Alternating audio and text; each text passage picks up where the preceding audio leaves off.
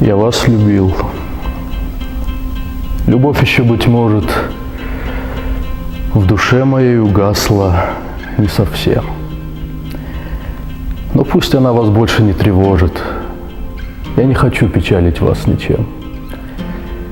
Я вас любил безмолвно, безнадежно, то робостью, то ревностью томим.